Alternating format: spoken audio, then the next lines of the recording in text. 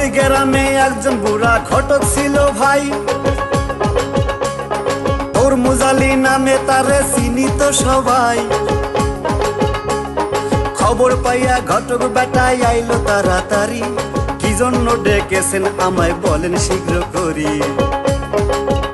আরে আমি ঘটক বহরই গো বিজি,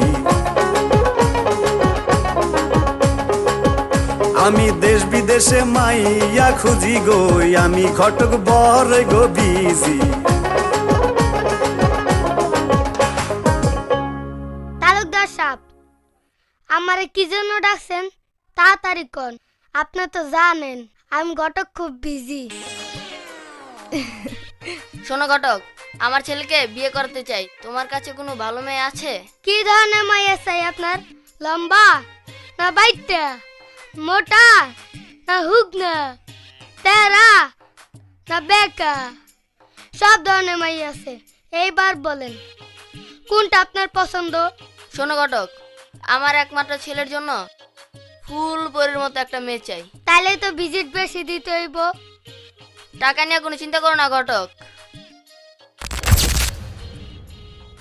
এই নাও 1000 টাকা, তুমি আজই মেয়ে খুঁজতে বেরিয়ে যাও। ছবি নিয়া ঘটক বেটায় তালুকদারকে দিল, সবাই দেখে জমেলারে পছন্দ করিল।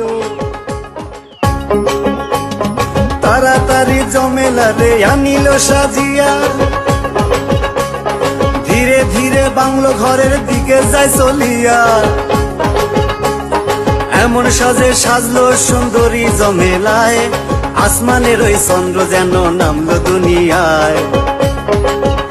আমি কি বলবো তার রূপের গো কথা,